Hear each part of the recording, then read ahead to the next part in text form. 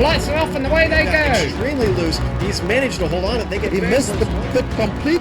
He's crazy. Side Freitas is on the grass on the infield for 4. He slides through. He tags Richard Eck.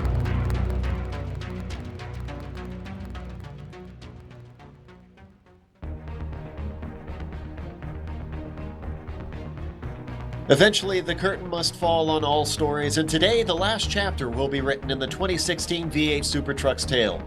Though a 9-point lead for Christian Challoner makes the trophy look all but clinched, the setting of today's race means absolutely nothing can be taken for granted. With Mount Panorama being notorious for chewing up and spinning out even the best drivers, every single competitor will be on their toes and fighting hard to the very end. Can Christian seal the deal, or will Mika Eschhaus find that last bit of speed and luck to take him to the title? We'll find out soon as we get ready to watch the final round of the Socks Out Racing V8 Supertrucks live on the Global Sim Racing channel. Hi, I'm Joe Peak. With me in the booth is Sean Ambrose. Behind the scenes is our director Jason Fleishley, who is using cameras provided by Dougie Beard. Sean sometimes is just referred to as the Mountain, but Bathurst has garnered a reputation on iRacing for throwing up unexpected results due to attrition. What are the drivers going to experience at this legendary Aussie track? Beautiful New South Wales, Australia. Beautiful afternoon here, also known as Waloo. Hopefully I got that right, Joe. What we're talking about is a 4-mile track, 6.213 kilometers, 23 turns. And I got to tell you, there's about 3/4 of those turns are all danger, okay? 17 laps today. Beautiful day outside. 75, a crisp 75 degrees. A little hot out there on the track, about 108 degrees right now. Humidity, not too bad, only about 29%. Going to be very, very fast. Some great passing opportunities, a couple of really good long straights here where you'll see lots of speed and legendary NASCAR drafting and slingshotting, baby. But I'll tell you what, Amjad Yaman hopped in the GSRC Silverado for us. Take us for a lap around, a long lap around here, just over 2 minutes. Let's take a look at it now. All right, we've got Amjad Yaman in the GSRC Silverado, so let's do a lap around Bathurst. Coming down to Hell Corner, this seems like a simple 90-degree turn, but it's actually one of the most important corners on the track. Getting your exit squared away here will be critical to a good lap time. That's because you're being dumped onto the mountain straight, which is going to be a long uphill climb before you're on the brakes again. Drivers who don't carry their speed well or get on the power too late are going to be sitting ducks along here. Once you come over the crest, hold it to the left to set up for Griffin's Bend. This is a deceptively tough turn to hit the right line, and as you come off it, watch out for the outside curb and any wheel spin, because either could end your day quickly. Now switch back and line up the entry into the cutting. The sharp kink in the braking zone is going to test even the bravest of drivers, especially in traffic. Be sure to keep the momentum going, because this uphill bend will eat you alive without it. Now we're into Quarry, and you can tell the bumps and turns are just going to make the truck dance around all day long. Up at the top, you're going to get light, so again, keep an eggshell under the throttle to stay pointed forwards. Now we're cruising through Reed Park and Frog Hollow. In this big heavy truck, you're definitely going to be using the brakes to glide it around these bends. Be sure to keep the truck settled over the hump, and then stay off that outside curb as you drift it into McPhillamy Park. Switch sides quickly and throw it across the blind entry into Skyline. It may not seem possible to get it slowed in time for the dipper, but the brakes are somehow able to whoa up this behemoth. Being smooth through here will pay dividends towards keeping the tires in good shape.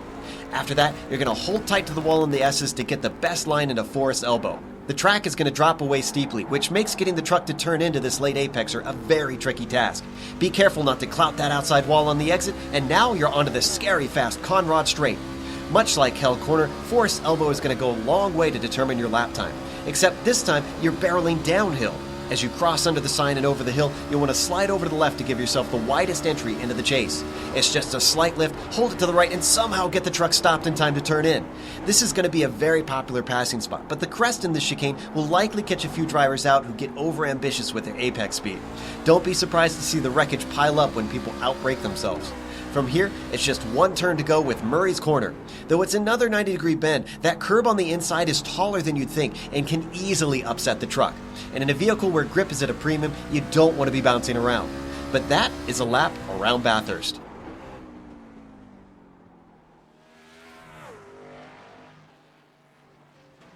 So as you can see, a little bit hairy up here across the mountain as we watch one of our drivers, number 18, work his way around. As we said, the championship is on the line. This is the final round, so Christian Challenger has to keep it clean to try to clinch it. Let's look at the points as we watch Brian Howard work his way across the top and see where the drivers sit here today. Challenger with 199 points. S-House just 9 back at 190. Then you got Justin Krutoff at 174. He is obviously out of the running to try and win this championship. Carl Martin, a little farther back, 167. He could try and do something over Justin. Going to take a little bit of bad luck from Justin for him to jump into the podium position in the points. And Clifton Cockrell rounding out the top 5 at 164. So he is very close to Carl, and that 4th position is definitely up for grabs. However, there was also the Road versus Oval Championship. There you can see currently the Road is putting a pretty good lesson on the Oval guys, 324 to 273. And if you're wondering how this works, the drivers at the start of the season decided which team they wanted to drive for, the road side or the oval side, since they are in an oval car on a road course series. And the top 2 cars of each team have their points averaged after each race, and that is the points that your team earns at the end of that race, and that is added up after each race, obviously. So after 8 rounds gone, now on the 9th, that's where they sit. Now, we do have some other perspectives that you can watch this race from, and Sean, where else can these guys watch this race on? You know what? Actually, if you go right now, look at the description in the YouTube stream there, you'll be able to see that we have Josh Mertz. BAM's Josh Mertz is on Twitch, and his address is right down there. That's, what is that? Tall One Gress? T-A-L... Talone? Talone. T-A-L-O-N-E-G-R-E-S-S. Yeah. So catch Josh over there if you want to check him out. But yeah, Joe, so we got a little alternate streaming going on there. If you want to see from his view what the race looks like, you can check in on him. Always neat to see on board these drivers and also get to hear some of their thoughts during the race. Obviously, heads up, there could be colorful language over there if you jump over to Josh's or any of the other drivers who happen to stream. Now, let's talk about some of the passing spots, because you mentioned that there's a few good places, but it's almost like it's split in 2 here, Sean, with whether or not it's a good place to pass. Well, yeah, true. Now, you're going to have a great opportunity right there past the start-finish line in Hell Corner. What a great way to start a race, right? Welcome to hell. Now go have fun. Apt description. Yeah, and honestly, the first straight, the mountain straight up to Core is a good opportunity. Certainly, if you get a great run off of turn 1, a good opportunity. You know, I do think, now I don't think, I know I was practicing in these trucks with these guys here yesterday, and you can get a little bit of drafting going on, get a little bit into the toe, and make a move on somebody right up over the hill there into Quarry. That's a good spot. Now, Griffin's Bend is another good spot on this track to really pick up speed. That's just after you get out of the cutting and into turn through 5 and 6. Very, very fast. But I'll be honest with you, once you get up the mountain, not many opportunities there. The track gets very, very narrow. The S's after Skyline, such a tough part of the track. But when it opens up, after you get through Forest Elbow and all the way down Conrod Straight, great opportunity to do some slingshotting through there. And these trucks are going to be awful fast and awful loose. They're going to hit turn 20, the kink at turn 20 at about 180 miles an hour, Joe. Think about that for just a second. Then you got to get under braking into the chase to make that left-hand turn. Amazing. You'll get a little bit of a run into Murray's Corner. You might see some guys take advantage of that. And, obviously that's going to be the last chance to take advantage of somebody because the start-finish line will come up pretty quick after that. 180. What are they doing at Talladega? Is that about close to that? In these trucks, yeah. In the draft, they're doing close to 190 in the draft at Talladega in the truck series. But yeah, it's pretty crazy. Like I said, that trip down Conrad is it's a fast one, a very fast one. So I have some unfortunate news in my research. Apparently, I made a mistake. There are drop rounds in this series, so the battle for first is actually not on, and Christian Challenger is your champion. due to the drop week, so Mika cannot overtake him in the points. I'm glad to see them both show up, though, so at least give us a good show. The major battles for points are for 4th and 5th, and then as well, we didn't see it on screen, but 8th through 12th can all change. Now, as Challenger actually just put himself on pole position, we were wondering if that might not be the case, because Mika was looking very strong both in yesterday's practice and in today's warm-up. So it looks like, because Mika was 7/10 up in the warm-up here today, and now Christian Challenger has about 4/10 over Mika, so he has turned the afterburners on, Sean. Yeah, I guess not much of a surprise there. You know, we were talking in the pre-race, though. This is one of those tracks, Joe, that's it's not beyond fault for anybody. This track will eat anybody up. The braking in places like Griffin's Bend and the elbow, and of course the dipper coming out of the S's and down to that dipper, Falcon, as you'll see it written there on the wall. That left hand, the little carousel there in the force elbow, man. Getting the braking right and the power off is so difficult, and these trucks are awful squirrely. That's going to be interesting to watch. It can challenge even the best of drivers. And you know, the other spot on the track you and I talked about was the chase. I think it was you said that could turn into a garage sale. We'll see. It might be time to pitch a tent out there. There's a lot of runoff. You might want to see what's gonna happen, especially in that first lap, as they're all still trying to get a little bit of heat into the tires. Let's see where they all end up once they get through the chase. Indeed. Now, one driver I want to keep my eye on that gave us quite a show last round at Donington is Sky Willis. Now, she's not up in the qualifying very far, currently sitting 10th. But man, Sean, we saw when she gets the bit between her teeth last round at Donington and gets in a good position, or even just has some pace over somebody, she doesn't sit around. She doesn't mess around. And I think if I saw her in my mirrors, I'd get a little bit nervous.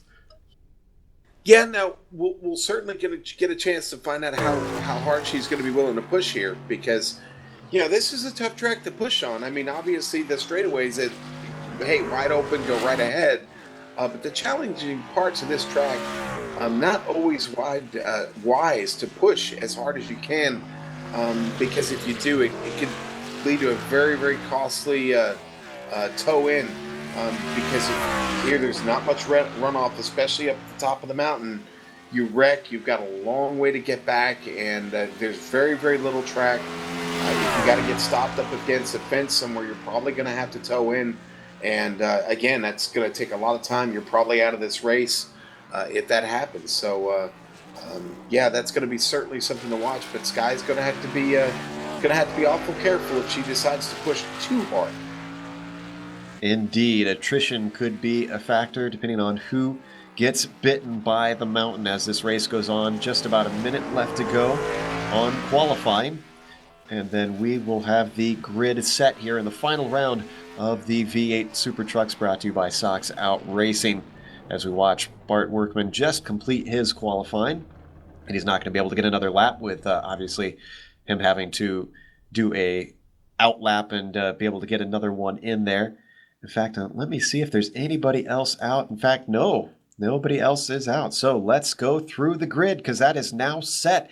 Christian Challenger is going to be on the pole. Mika Eshouse is going to be starting on the outside of the front row with him. Clifton Cockrell will be starting in third, with Martin Capal starting in fourth. James King will start the race in fifth, followed by Brian Howard in sixth, and Justin Krutoff in seventh. Rounding out that fourth row in the eighth place, Sean, is going to be Daniel Thompson. I'll let you round out the field since we don't have too many drivers out there today. All right, and then we're going to have Bart Workman starting ninth. Sky Willis probably would have wanted just a little bit better time there, but it's going to round out row 5 there, starting in 10th. And then in 11th, we're going to have Josh Mertz, number 36, on the inside. Justin Davis just to the outside there in a number 82. And Scott Johnson will start 13th. Doc Stout 14th. And actually, J.J. Rimmer not going to be with us. Not feeling too well, and unfortunately not going to make the race. Fortunately, yeah, as you said, he was not feeling well today, so he had to back out before the race took off today. Sad to see because JJ usually gets out there and puts on a good show for us as well. But sometimes you just have to know when you're not in a good condition to try and compete. You don't want to be a danger, especially in this track. Anybody who is a danger is not going to be very welcome, especially on these first couple laps, I have to say. One of the big worries for me, Sean, is track blockage, which can happen here at Bathurst. Well, okay, so I kind of alluded to that a moment ago. The top of the mountain there, that's really a tough place to get caught or jammed up in a fence because there's really nowhere for passing traffic to go. It's so narrow through there, and if you get caught up there, it's probably going to lead to a yellow flag. I got to be honest with you, the cautions here today, that's a long caution. It's 60 miles an hour around here behind the pace car, and this 4-mile circuit, well, do the math. That's going to take just a bit to get those caution laps in. Yeah, I was thinking to myself before the race, crossing fingers and doing all kinds of rain dances, hoping that the pace car stays in its spot and we get a green flag run all the way to the finish here today. Just a few more seconds and the pace car is going to take off, and we are going to go racing here for the final round. Christian Challenger already crowned the champion. If you're just joining us, Mika Eshouse is going to be second in the championship. So right now it's just going to be for bragging rights, as we have 17 laps around this track here today for this race. Going to be a very hard ask, as you mentioned. 4 miles, 17 laps takes a while, with over 2 minutes a lap for these guys to complete them as the pace car accelerates away. Shiny gold Mustang pace car here on iRacing, going to take them through the chase. Thankfully don't have to go through an entire lap here before they go green. Now that pit entry that it is going to go into can be a little bit tricky. However, we don't expect green flag pit stops around here, as the pace car should be peeling off any moment. There he goes. Challenger taking the lead. Takes him around Murray's Bend. Up to the start-finish line, and Challenger does not wait, accelerates away. Mika Eshouse slots into second easily. Third behind them, Cockrell leading them down into Hell Corner. We got a pass for fourth, though, or at least an attempt, as Capal tries to hold off King, and he does, as King gets a terrible run on the mountain straight, Sean. Back here in the field, started with Sky Willis. Sky Willis off to a good start. Mark Wilkin just ahead of her in the 06 truck there, or the 09. They weave their way up into Griffin's Bend. Very difficult to go side by side. We're seeing one car on the outside. That's Daniel Thompson losing positions. Not the place that you want to be, caught off the racing line. Now everybody single file up into the cutting. Krudolph made it work on the outside and picked up 2 positions. Krudolph having a really nice run. You can see in his black machine working his way up over the hill past Frog Hollow. Love these corner names around here. American track makers, take note. Don't just name corners 1, 2, and 3. Start naming them with actual corner names. Now they work their way down into the Dipper. And Challenger is very much being threatened as we work our way back up to the front. Eshouse, we said he's been looking strong in practice, and he's certainly looking strong here in the race as now they work their way into Forest Elbow, getting the car rolled up, both of them smoking tires around there. And unfortunately, Mika getting a terrible exit as they plunge down the hill. Yeah, watching the back of the field get through the Dipper, and everybody making it through clean. Now I see Justin Davis is in the pits. Yeah, did he not start? Well, while Sean is looking at that, they work their way down towards the chase. Very hard braking zone, as Sean said, 180 miles an hour down to about 70 or 60 miles an hour. They come up over the crest to complete a lap here around Murray's Corner. Challenger still your leader. Mika Eshouse giving chase, making sure he is not able to stretch away. And third, currently held by Clifton Cockrell. Joe Davis had lost it coming up the hill. Was coming right around McPhillamy Park there, and the truck got loose Yeah, oh man, maybe the entry a little bit too soon, apexed a little bit too soon, and he lost it off into the dirt and right into the barrier. That truck's still in the pit stall, unfortunately, with a lot of damage. Now, he does get a free repair. I'm not sure why he's not back out yet, to be honest with you. Yeah, as we watch Martin Workman now currently we're on the outside. Who is he battling with there? Sky Willis, of course, making the move, moving herself up into ninth. Nicely done up through there for the 49 Motorsports driver. But as you said, one thing we should mention, they do have one fast repair, so they basically have a spare car, essentially. And then they have a 21 incident limit. Now, I don't think that incident limit is really going to come into play here, Sean, because any sort of incidents, at least up at the top of the mountain, that you're going to incur is probably going to be race ending. Yeah, they resulted in a tow back to the pit. Yeah. Oh, and Davies, speaking of which, has decided... Well, we thought he decided he was done, but he's back in the car now. Maybe it was a hardware issue, and that's why the truck all of a sudden turned like it did. And he's going again, so he's not giving up. Justin Davies hoping the attrition will help him try to regain some positions. Now, on screen... Sky Willis in the dipper, into the wall. Oh, and she's stuck there right now trying to get turned around. Traffic. She's doing the right thing. She's staying still. Can't quite get that truck. Still more coming. Gotta watch out. Gotta get moving. Hurry up. And that was actually at Forest Elbow, I believe, instead of the dipper, which is an easy spot. Yeah, here we see. Coming down as it weaves right. Easy to get that truck loose, and that's exactly what happened under braking, it looks like, as it just pancakes into the wall. She is going again, however, she has now been slotted down to 13th. Not going to be a fun day. But she still has a spare truck. If it's damaged enough, she could come on in and get that repaired.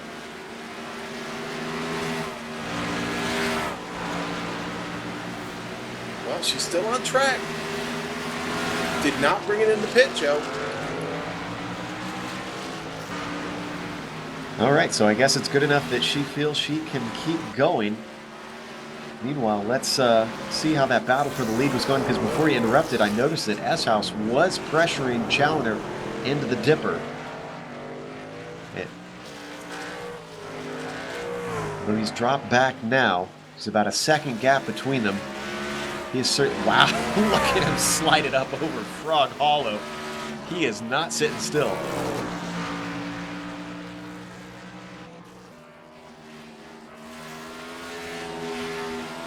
Could potentially be overdriving the car as he works his way up through Skyline. Not something that you want to do around here. Wow! Oh, that truck just all over the place, still sliding. Flirting with disaster, Sean. I really don't know if this is the way he wants to drive this thing. Could be our director asked if this is maybe a Drift King event. He's certainly going Jim Khan on it right now. Mika has had a very, very busy weekend, and I'll tell you what, he's on the power right now, having a really, really nice run here up the back straight, down the hill. There's the kink, really fast. Look at the closing rate. The S-House right there, closing it in. And actually, we were watching. Whoa! As I thought he was going to lose it coming out of the chase there. For a second, we were watching James King, who's really putting the pressure on for Brian Howard. This is for that top 5 position. Howard in the orange machine. Behind, it's King in the black and orange. And behind them, we've got a battle as well. Very close between Krutoff and Thompson. That is for 7th.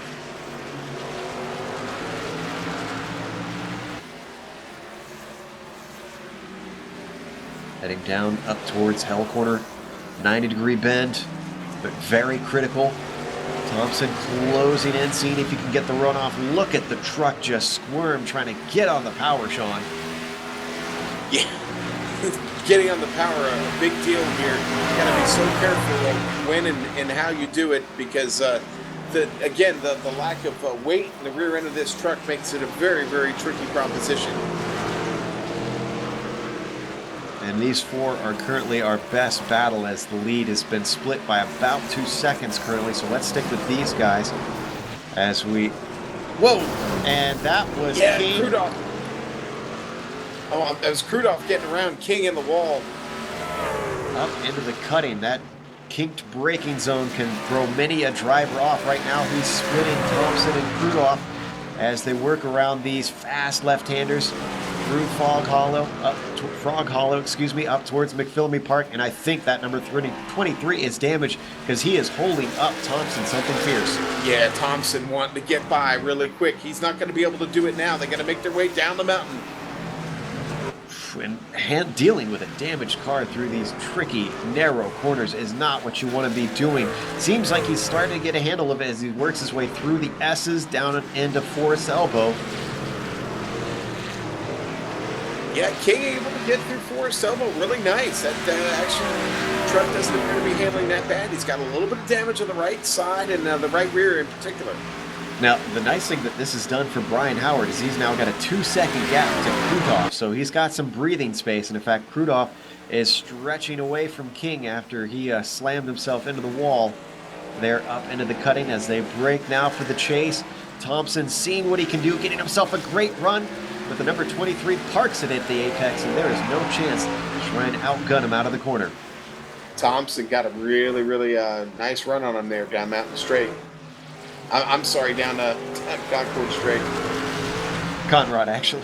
Conrad. I'm all mixed up. I'm sorry. It's okay. And they're back onto the pit straight now.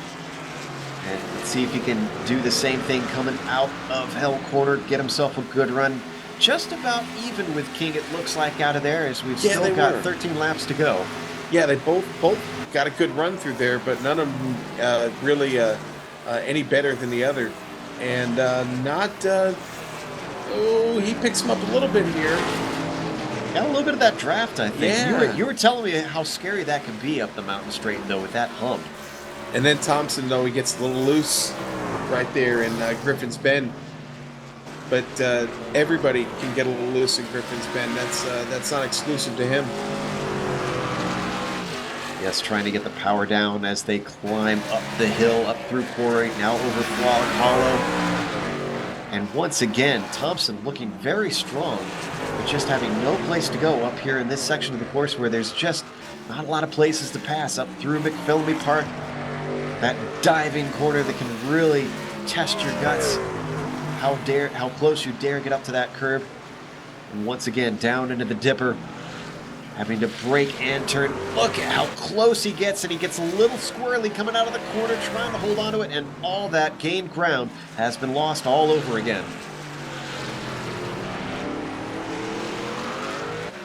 You know, I just checked in on see if S-House was making any progress on Challoner here real quick, and well, sad to say, nah, not really. Not making much progress at all. Challoner was just about a second and a half faster on their last lap, coming around here, about to knock out lap number 5, start working on 6. Challoner goes across the line, still in the lead. Meanwhile, on screen, we got 2 cars off. Both drivers pushing the limits of the chase. That's Thompson and King that we're still watching in that battle for 7th. And this is currently still the closest battle on track. I think if Thompson would have been able to hold it together, he could have maybe gotten the run on him out of the corner off that grass. You know, I'd say King has recovered really, really well from that little bit of trouble he had, Joe. I mean, all things considered, truck is a little beat up, like I said before, but altogether still running well. Thompson, and for as much as we thought King was maybe holding him up, Thompson just not able to do anything with him yet. We stay on this battle, and we should stay on this battle, but just a note, if you're wondering, with that gap between the leaders being about 4 seconds currently between S-House and Challoner, that's not safe. As we keep saying, Sean, anything can happen around the mountain. You just don't know. The slightest mistake could cost you the race. Well, Joe, no spoilers, but if you've watched any racing today, anything can happen right up until the last lap. And this would certainly be the place that could jump out and bite the very best driver on the last lap. So, yes, nothing is decided. I don't think any lead is safe. I mean, S-House has opened up from Clifton Cockrell now about 12 seconds. About 12 seconds. Well, that's not been decided either. So, there's a good race going on still back there between Cockrell and Kapal. Kapal working really hard trying to pick him up, but the opportunities just haven't been there yet. Everybody has behaved themselves pretty well here early on. We ride on board currently with Thompson, who's got a run coming. Oh, and he actually almost gets loose coming down the Conrod straight, but he still has that momentum. Looks around the outside, and Sean, we were talking about how tricky this kink is, and I think the 23 is actually giving it up. Might have been the wise thing to do there. Yeah.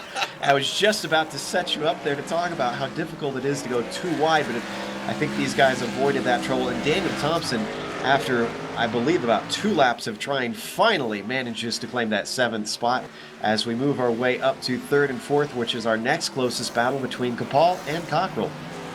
Yeah, but been watching this here for just about a lap and a half, and Kapal's made up about just over a second, and he's closing quickly. And Clifton's been having a pretty solid run. I've watched him in practice yesterday, last night. He was awful fast. Sorry, let's go to Sky Willis. Her bad day has gone worse now, as I believe this is coming down the hill that she has binned it one more time. Let's look at the replay. This is coming out of the dipper through the S's here, where she's currently into the dipper here. And it's looking clean out of there, but then just starts to get away from her, and into the wall she goes. And her day is done. She has exited out, taking it behind the wall, so Sky Willis sadly going to finish down in 14th as we come back to live.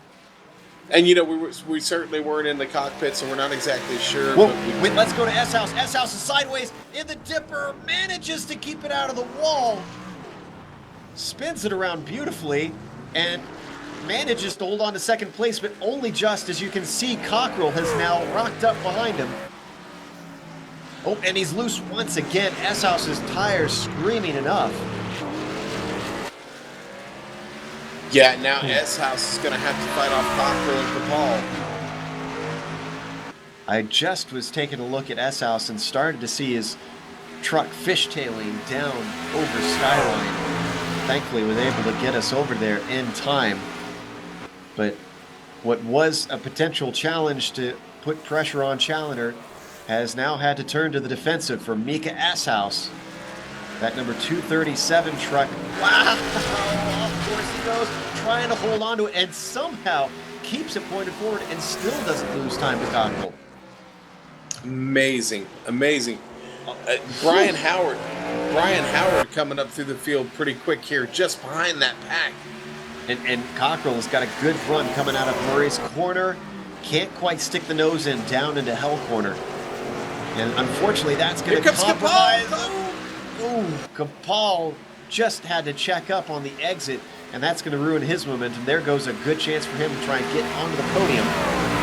But let's take a look at it. Let's talk about S-House, because we've been watching for a while now. Ever since the start of the race, that truck has been all kinds of sideways. And what does that do to the tires, Sean, especially around here? It makes him angry. Oh, S-House again! How is he holding on to that truck? I have no idea. And he's making those tires very angry, and every time that happens, they get a little hotter, it's not good. Again, burning these tires up early on. We're at the halfway point right now, Joe. So, not a good situation. It's going to get worse. That condition is going to get worse as it gets to the top of the mountain here. Starts to head down. Let's see what happens. Is he going to be able to control it? And you can see he's got the pace. He's already pulled about a second ahead of Cockrell, and he's looking a little bit smoother now. Maybe he's calmed down a little bit behind the wheel. Well, it's all about getting in a rhythm. We know that. Whoa, slides it down into Forrest's elbow, drifts it out to the corner, keeps it off the wall. There's only so many times that I think he can press his luck on this.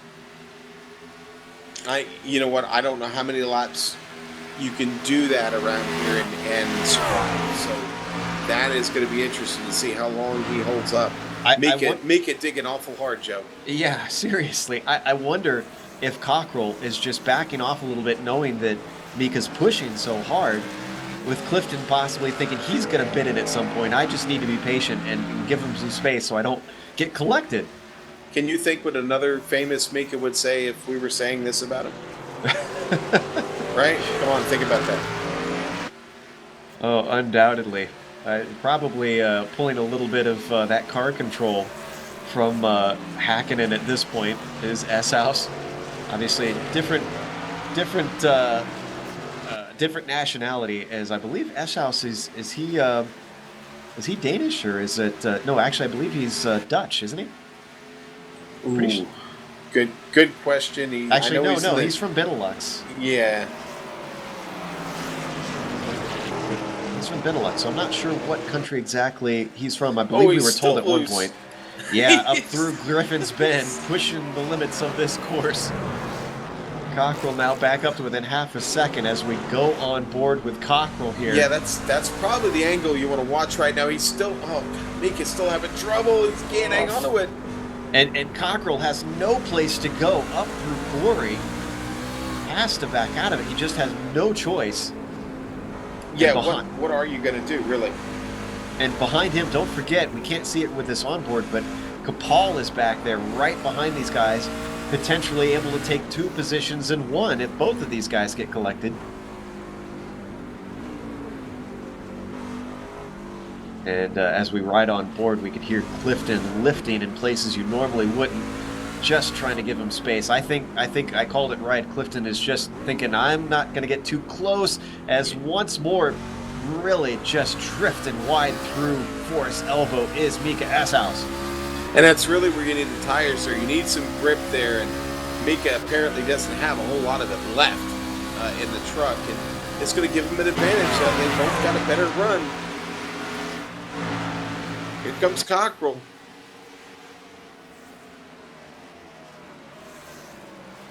9 laps to go currently as they come up over the chase.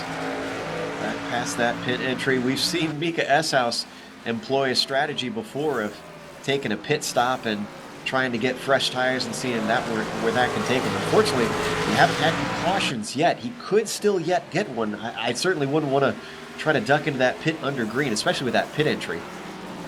And hey, listen, race fans, we're ignoring Brian Howard. He's closing. He was the lap before was a full second faster. Now, wasn't quite as fast that time, but he did get a better run. Howard in the number 18 Hawaiian Punch Machine is moving on the charge. Yeah, we got just a glance of him there at the top of the screen as he tries to chase these guys down. Cockrell giving plenty of space as Kapal goes wide through Griffin's Bend. Also trying to pressurize the number 27 of Clifton.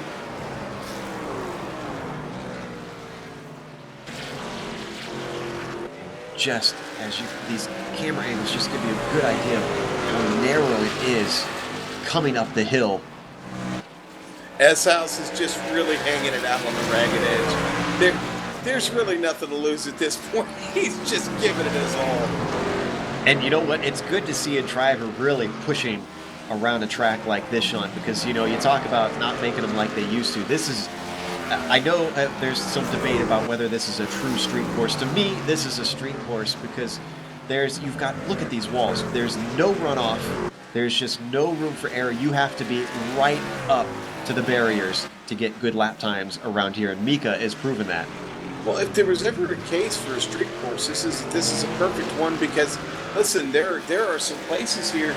People live here up on the mountain. The only way you can get to their home is or their property is from the course. That in itself makes it a street course. It does to me. It does to me. I'm with you, Sean. But there's some people who argue that it was built originally as a track, and the houses came second. But you know, when you've got houses on it, and when you've got walls that are right up at the edge of the track, that to me right there, and most of the year it is used as a street. That to me is a street course. But anyways, debates for another time. As we come and complete another lap with 7 to go. And Kapal, at what point, Sean, does he say, okay, I'm not sitting around and Clifton can't do anything here with Mika, I need to make a move? When does he make that mental change. Sauce off in the grass again. When does he decide? You know, honestly, Joe, I think if you start to make that move sometime with about 4 to 3 laps to go, I think that's what you're looking at. He can still be patient right now. Honestly, I still think something could happen in front of him. He's got to be awful careful. Ooh, just like this. There you go. Clifton makes a mistake into Griffin, and Capal says, thank you, I'm going to try and accelerate past. Just sneaks by into the braking, into the cutting, and he gets the spot. Move Capal up into third. An opportunity by way of a mistake, and he's able to take good advantage of that.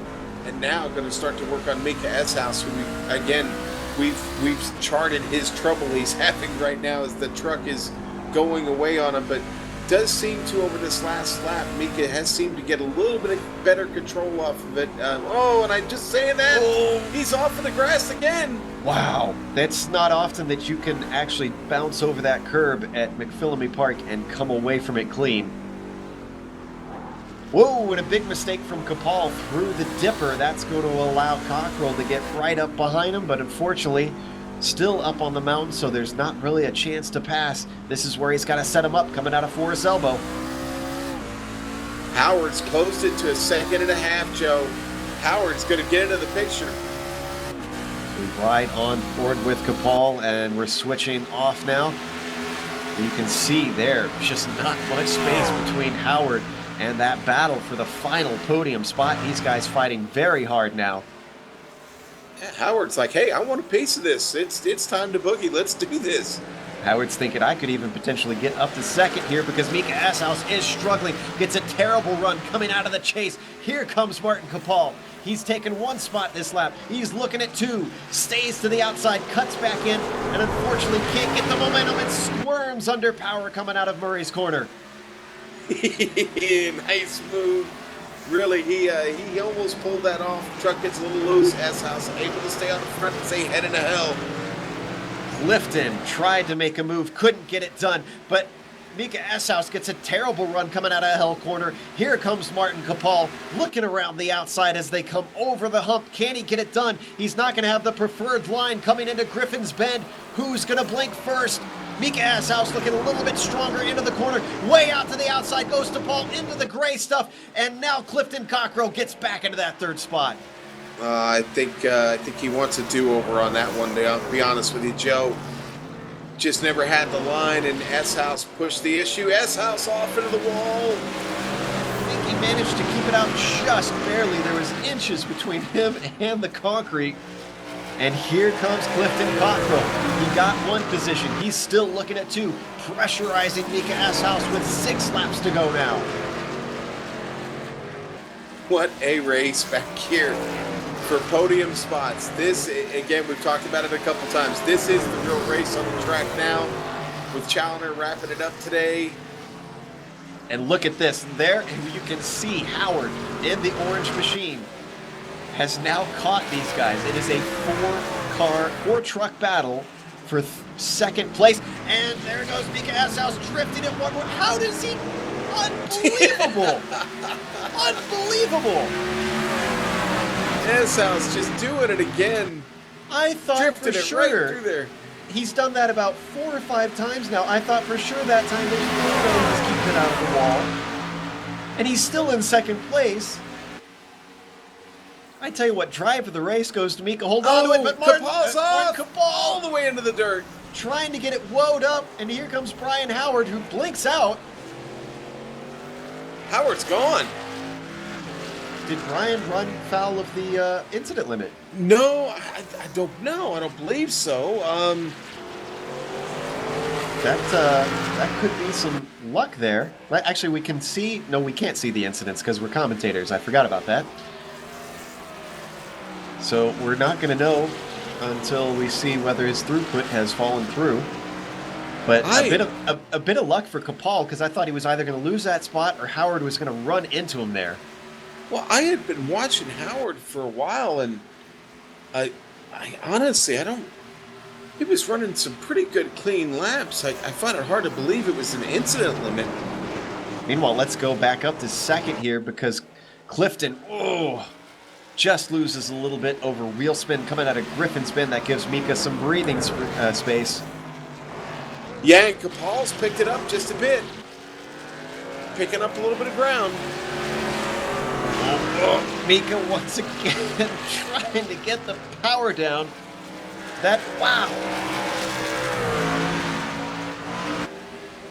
Clifton just every single time has no option with that car of Mika being as wide and as squirrely as possible, making Clifton sweat bullets as he tries to find a way through, tries to find a hole in the armor that is big enough to squeeze that truck by. Well, Mika Eshouse definitely providing us with just a bit of excitement today, Joe.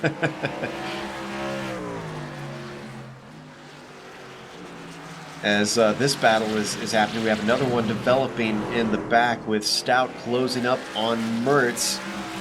As we go to that, I'm keeping half an eye on our battle for second. They are on the other side of the hill, climbing up through Frog Hollow. Number 62 getting a little squirrely as well. And actually, let's go back to that battle for second. Whoa! Contact between the cars! Into the wall goes S-House. Cockrell goes completely off course, and the yellow flag is out. Joe, they got side by side, and that did not end well. Coming up over the kink there. Here we're going to see it on replay. I kind of don't blame Clifton in this. He finally had a whiff of something in there. He knew that he could potentially outbrake him into the corner.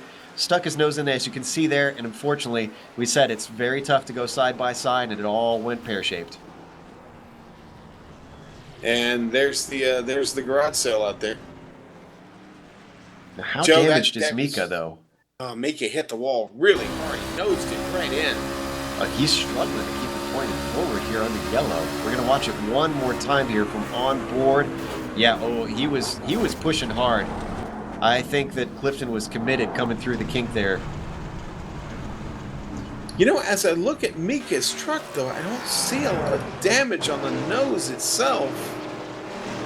Wow. It's not handling. Yeah, it's not handling. Yeah, I think, you know what, I wonder if Clifton touched his suspension just wrong with the way that he got into his right rear quarter panel there. Well, he's either working the wheel to make sure it is handling or it's not handling. Now, I don't know. Take your pick. We've got 4 laps to go. Are we going to get a 1-lap shootout here? Mika's got to get that car in. It's damaged. It is absolutely damaged the way I'm seeing it coming across the top of the mountain here. So I'm thinking the damage more to the right front of the truck. Mika's currently scored in 5th, but I seriously doubt he's going to hold on to that. Because if we go to green, and I think we'll go to green, I'm pretty sure we will. I think he's not going to be able to hold off the guys behind him. Well, it's going to certainly be fun watching them get around.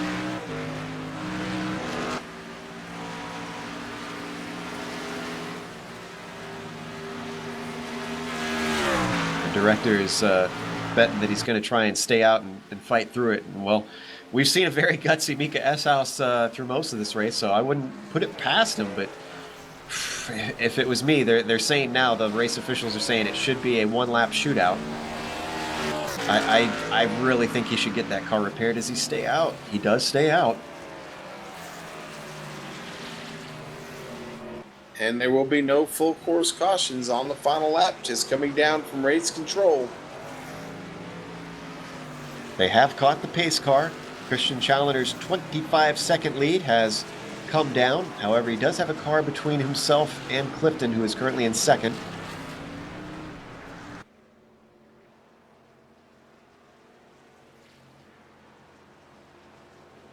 And it sounds like they are going to give a wave by for Justin Davis, since he is caught behind our leader. Get him out of the way. That's kind of funny. Certainly you want to get him out of the way and give the wave by. It's just the length of a wave by on this track. Yeah, well, he doesn't have to catch the tail of the train. He just needs to get out of the way, basically. Yeah, exactly, right. Now, and for those of you who are new to the V8 Supertrucks, and welcome if you're just joining us here on iRacing Live in the Global Sim Racing channel, and you're wondering why they have a caution on a road course, they have live marshals in this series throwing the cautions, watching out for incidents, and they saw one between two trucks there. It was Mika Eshouse and Clifton Cockrell who came together after a spirited battle for second place, lasting many laps and getting very sideways through many of those laps. Now I wonder, as they make their way down here, down the mountain here, into the dipper, and you think maybe we'll see anybody tuck in and pit real quick? If it's a one-lap shootout, I highly doubt it. The only car that I really think is likely to come in is going to be Mika Eshouse. Yeah, honestly, it doesn't make sense to. Because really the tires that you've got on right now are the tires you're probably going to... Those tires have got some heat, some wear in them. A fresh set of rubber here, probably not a good idea with the track conditions the way they are today. It's you know, it's in the mid-70s. You're going to need some heat on those tires. You're going to lose a couple of seconds on a fresh set of tires, so you're probably best to just stay on what you've got. Those are the ones that have brought you here, and honestly, all Challoner really needs is a good start and a solid lap, and he's got this thing wrapped up. So incredibly in all this, the only cars that are out are Brian Howard, and actually, did we miss him wrecking out? I'm wondering, because I don't remember him wrecking out. He's in 13th. He's not going to be able to improve position, obviously. And then Sky Willis is our only other DNF. JJ Rimmer, and the timing and scoring is a did not start. So 2 retirements. We thought attrition would play a big factor, but number of guys still going at it. Justin Davis, obviously a lap down, but the last car running, and he had early problems. Yeah, I think, honestly, I'm showing Brian Howard might have had a connection issue. Yeah. Oh, that's right. Yeah, that's what we saw. We did see that on screen, that he had a connection issue. And it was a connection issue, I can confirm. I'm seeing here, and our information is received throughput fell to an unacceptable level. For those not familiar with iRacing, that basically means your internet went to hell. So, and S-House... Yeah, it went to turn 1, your internet connection. Turn 1. S-House did come in. A number of drivers. Wow, a lot of drivers came in. Daniel Thompson is in. James King is in. Bart Workman. I think this is a lot of the drivers towards the tail of the field. Doc Stout and Scott Johnson. Yeah, basically the second half of the field said, you know, let's take a gamble. Let's see if we can get fresh tires working for us. And they are in and grabbing them. Now, a couple of them may just know. It looks like everybody's going up on jacks. I was wondering if maybe just a few of them might just take their fast repair if they had a little bit of damage here and there, but it looks like everybody elects to take tires. Honestly, I don't know. I think you need a little bit of heat in these tires to get them to work on an outlap. So we'll see how that strategy pays off for them. Hopefully it doesn't bite them when they get up to the top of the mountain. Justin Davis gets a wave around. I guess if you're a Oval fan, the lucky dog equivalent here. So he's going to be able to get back onto the lead lap and try and catch the tail of the train. Good luck on that. Yeah, he'll have a little bit of work to do to catch up to those, to the rest of the drivers on track. It's going to have to be basically running at race pace to catch these guys. And you can see he's hustling that truck. So 2 laps to go. Actually, are the lights off on the pace car? Let's take a look here. Trying to get myself an angle here. Our camera a little bit far away. Let me... All right, lights are off. So we are going racing with 1 lap to go, which means we are going to finish under green, Sean. As you said, there's no cautions on that white flag lap. Yeah, and that'll be the thing to watch for the back of the field, Joe, what I was just talking about. Again, they've got fresh tires, and they're going to get to the top of the mountain and not have all the heat they need in those tires yet. We'll see if the second half of the field that went in for tires, we'll see if they can finish the race. Because, again, there will be no caution. You better be ready to go all out here one last time when we get restarted as they start to head down the mountain. And all the trailing cars have caught the tail of the field after their pit stops. So your order is Christian Challoner leading, Clifton Cockrell in second, Martin Capal rounds out the podium, Justin Krutoff is in fourth, Mika Eshouse did come out in fifth, so he actually didn't lose a position because everybody behind him pit. I guess they figured he's probably going to have fresh tires and a fresh car, so I don't want him coming through me. I might as well get fresh tires too. Daniel Thompson is in sixth, James King seventh, Bart Workman in eighth, Josh Mertz in ninth, and then Doc Stout rounding out our top 10. Joe, did I just see the pace car have trouble at a Forest elbow? It's runs at a certain pace, and I guess it. Let's see. I'm gonna have to go back and look myself. We're gonna have to find out who's in the pace car today because that wasn't clean. It was not a clean run there. Amazingly, it does not appear to show damage, so I think it'll be able to continue on. Not Burt Mylander in that car, apparently. Challoner's starting to heat the tires up just a little bit. Now, I've heard a lot of debate, and I've seen some people actually do some try to do some scientific as you can get on iRacing studies on warming the tires that way. Does that actually do anything, or is it just mental? You want my honest comment on it? Sure. I really don't know. I don't know. It doesn't make any difference to me, and I'm not a gifted racer, so I have a lot more fun up here in the booth than I do actually on the track. Although I have a lot of fun on the track, but I really don't know. Pace car's in, Joe. It is indeed one lap shootout. Christian Challoner takes it around Murray's corner, does not wait to get on the power, and gives himself a gap over Clifton Cockrell. Looks like Capal got a decent start, a little bit under threat from Krutoff as everybody starts to accordion together. What can Mika Eshouse do now with a fresh car and fresh tires? And it looks like he is already on the charge, trying to get up behind Justin Krutoff, who is blinking a bit on my screen. Yeah, mine too, Joe. And that's concerning for Krutoff. Hopefully he can hang on here to the end of the race. But Eshouse working on him. Eshouse looking to the inside. Dixon in from way back. And he manages to get it done. He moves himself up into fourth. That's going to actually slot down another position for Krutoff as he lost one to Thompson. I think he bounced off the wall a little bit there through the cutting. Justin's still having issues there with his connection. Yeah, he's off pace now. Everybody getting by him. King just got by. Here comes Bart Workman getting by. Now here comes the 36 of Josh Mertz. Eshouse up to third, Joe. Wow. What a charge from Mika Eshouse. We've seen him do it before at Brands Hatch. Can he get Clifton Cockrell? He is closing in. He's got fresher tires down through the dipper. Meanwhile, Christian Challoner has stretched it to about a second. Look at how close Mika gets to the wall, getting right up to the rear spoiler of that number 27.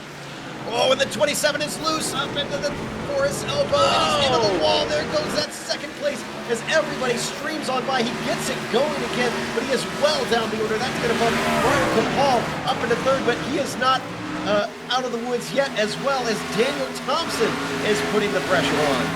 And this is what that great restart brought. This is some great racing here to the finish. Eshouse somehow manages to find his way back up through the field.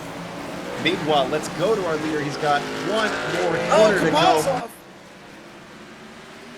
Capal having trouble. Capal is around. Oh, that's going to lose him position. He makes contact with Thompson. We need to stay. We'll get the replay later because Christian Challoner, your champion for this season, takes the win just ahead of Mika Eshouse, who gave him a run for his money at the end, but it was not enough. Clifton Cockrell is going to be able to finish on... Oh, no, excuse me. James King was the driver on the podium.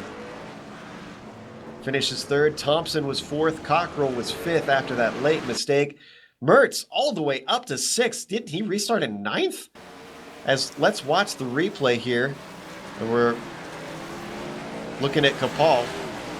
Capal off track.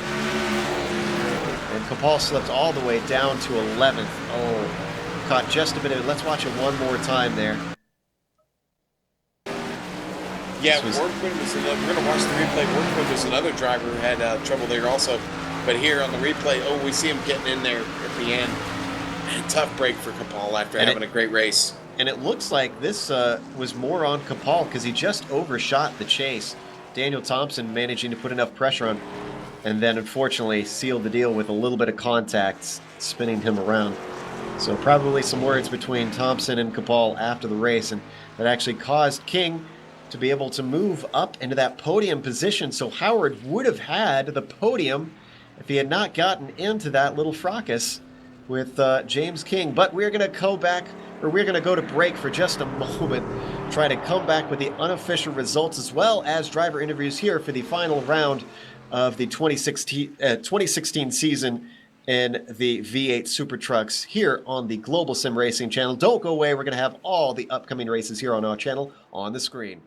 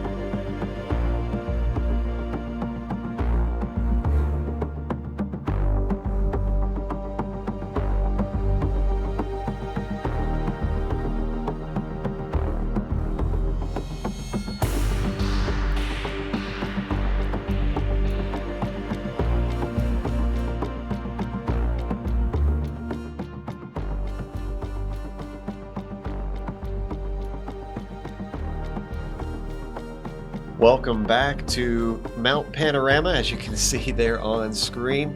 We just witnessed the final, the 9th round in the 2016 season of the Sox Out Racing V8 Supertrucks here on the Global Sim Racing channel and iRacing Live, and boy, was that a great finish. Christian Challenger managed to hold everybody off to take yet another win. Mika Eshouse worked his way back up after damage, and boy, quite a race of drifting just about every corner we were looking at. And then James King came home in third, rounding out the podium, a surprise podium, if anything, getting it right at the line over Daniel Thompson, who finished in fourth. Clifton Cockrell looked like he could have had a second place, but unfortunately a mistake down into Forrest's elbow slipped him down the order. He finished fifth. Josh Mertz comes home in sixth, and Sean Bart Workman, another driver who lost out on the final corner, comes home in seventh. Yeah, that was a tough break for Workman there. Loses 2 spots. He had a top 5 locked in and lost it. Coming there out of Murray's, pushes it up into the wall. Justin Krutov taking 8th. Doc Stout 9th. Scott Johnson could have finished 10th today. Martin Kapal, tough break there for Martin on the last lap. Gonna have to settle for 11th. Justin Davis 12th. Got Brian Howard finishing 13th. Brian was actually making up a lot of spots, and then he had a tough break there and was involved in that last caution. 14th goes to Sky Willis. We saw what happened with Sky there early on, and J.J. Rimmer, of course, we talked about him earlier. Our best out to J.J. Hope he gets to feeling better. Absolutely. We'd like to see him back in this series and racing soon. He's got a little bit of time before we come back with the next season. But first, let's talk to some of the drivers who were in the race, including our third place finisher.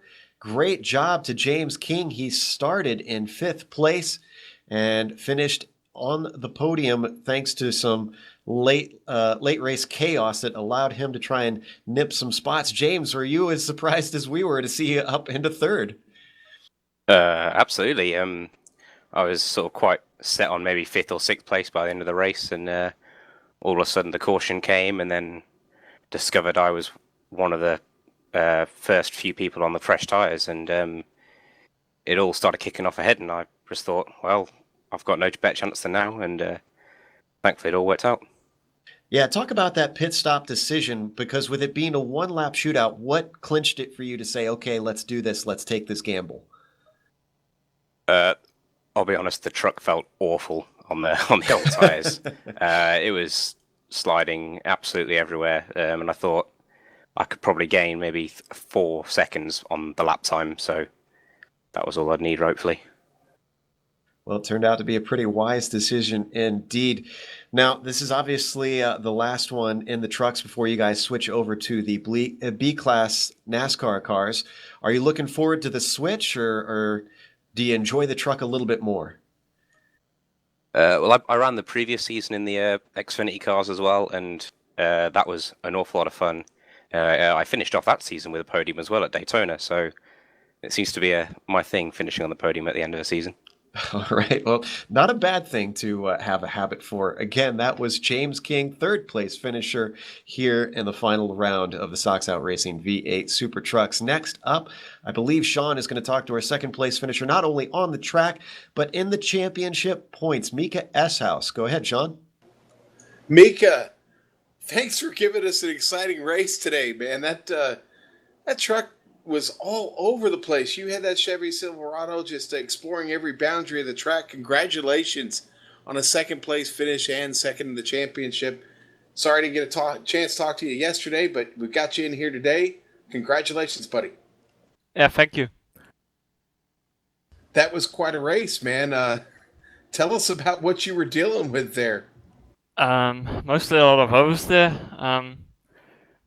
About lap 3 or 4, I was following Christian into the Falcon turn, Forest Elbow, and through the right-hander, the car just oversteered slightly on the brakes, and I think that just overheated my rear tires, and I lost like a second to Christian, and I just pushed too hard, trying to keep up with him, and it kind of just overheated my tires way too much, which caused a spin in the dipper a few laps later. Yeah, and we certainly made that observation. If you make a mistake here, it is easy to heat up those tires and then it looked like you were just fighting the truck the rest of the way after it. You go in, you take that pit stop. You went ahead and took your free repair when you went in? Yes, definitely, because I think the car was pretty smushed up at that point. Yeah, and that obviously was the move that paid off, where you're able to get through the field there pretty quickly, and you get this podium finish. And again, congratulations on finish second in the championship this season. Yeah, thank you. I must say, I kind of caused that caution because I kind of dozed off in fourths, and for some reason I broke way too early, and then Clifton just smashed into the rear of me. So yeah, that was kind of unfortunate.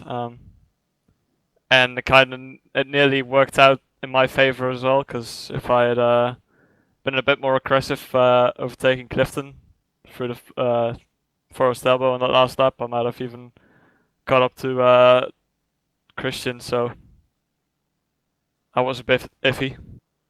Yeah. Well, hey, you'll take it. Congratulations. We head off here to the end of the season. You looking forward to next season? You'll be back with socks out? Probably, yeah.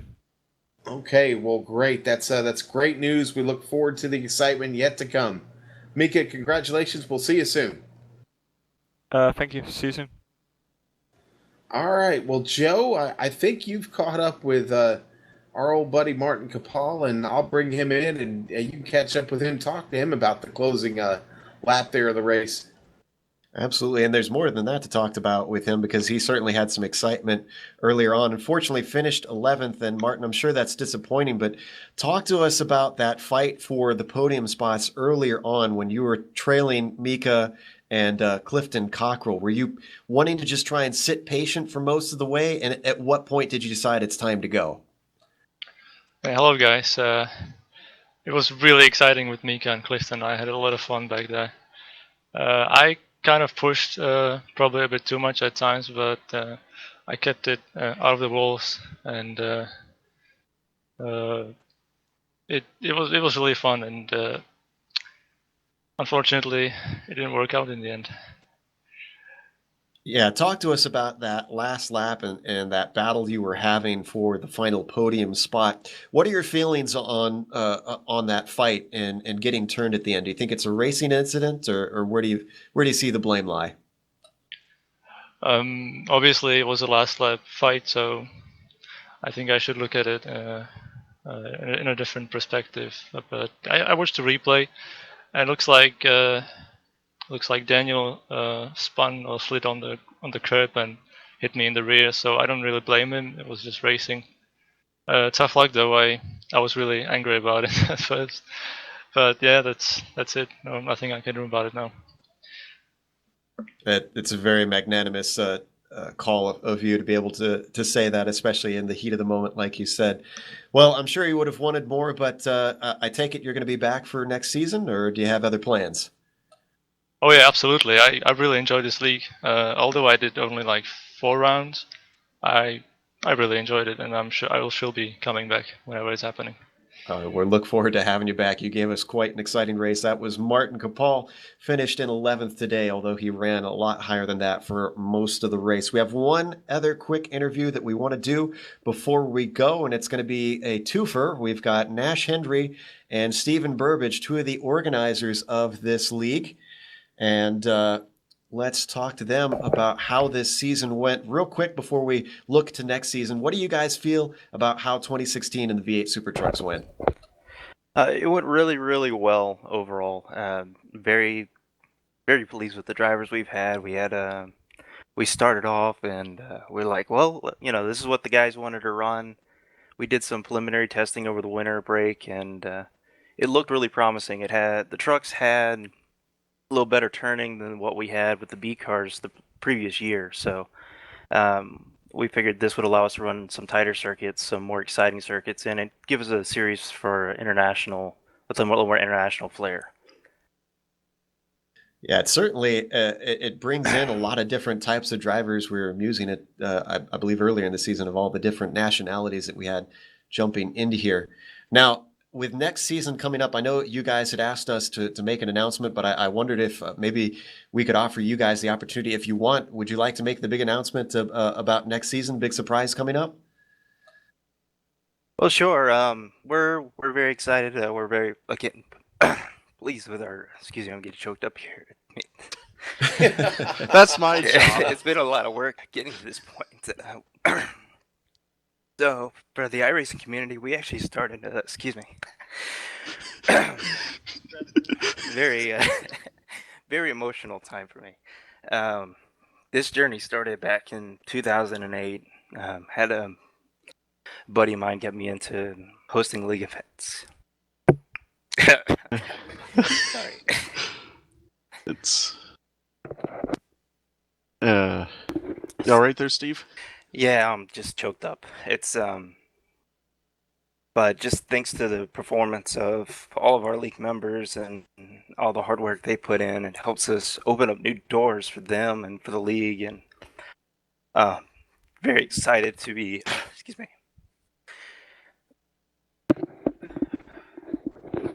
partnering with High Analyze Racing for the Neo Trans Am series. Yes. So we're proud at this time to announce the I Analyze Neo Trans Am series starting, I think it's July 7th or 16th and 17th. I do believe the dates are. We'll have the driver signups opening on July 1st. Yeah, July 16th is when the race becomes underway. So we're excited to announce that. We're looking forward to it. The one thing that we do know is Christian Chandler will be switching from road representation to oval representation, reflect his current change in official series on the iRacing service. So we imagine that's going to change things up in that championship, and we'll be introducing a teams championship as well for the next series, since we have several teams competing in our series at this time. And we just can't commend you guys enough and congratulate you enough on getting that sponsorship and being able to boost the profile of this series. And we're excited to call it because we've been just enjoying calling this series so much from up in the booth. It's been exciting since day one. Thank you for coming to talk to us, both of you guys, and thanks for letting us get to call this, and cannot wait for the next season to start on the 16th. We are definitely looking forward to it. Oh yeah. So I can't wait So for I'll it let myself. you guys talk about the take it over for round one and talk about that, and we'll look forward to seeing y'all then. Mm-hmm. Absolutely. And once again, we can't thank Stephen and Nash enough for all the work they do behind the scenes to help organize this series and make it run. As we said, we have live marshals, and I believe both Nash and Stephen do that for these races, which is tough to do when you want to race yourself, to be able to sit back and take on those roles. Also, thanks to the software and hardware that we use for our broadcasts, you can see those listed on your screen. And that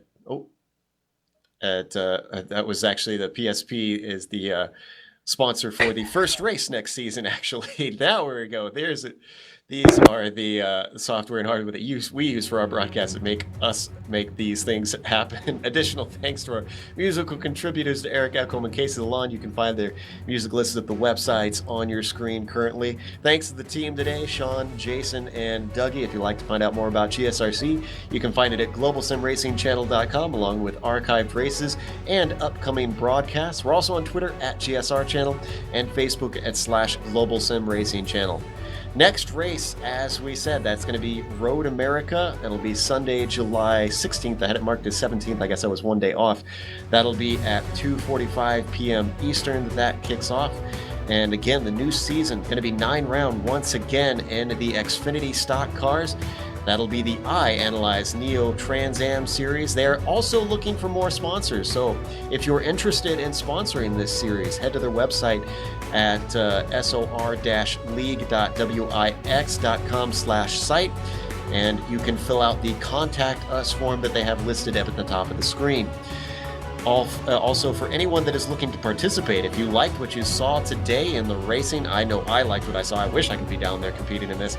Registration for drivers opens on July 1st. Same website. Go to their website and look for their registration forms. And again, as we said, their first race going to be sponsored by the PSP guys. We also have upcoming races for other series on screen. Check those out and mark them down on your calendar. Lots of great different kinds of series, any type of racing that you would want here on the Global Sim Racing channel, worth checking out and watching, or even racing it if you feel like contacting those series. But until next time, race clean, race hard, and we'll see you on the track.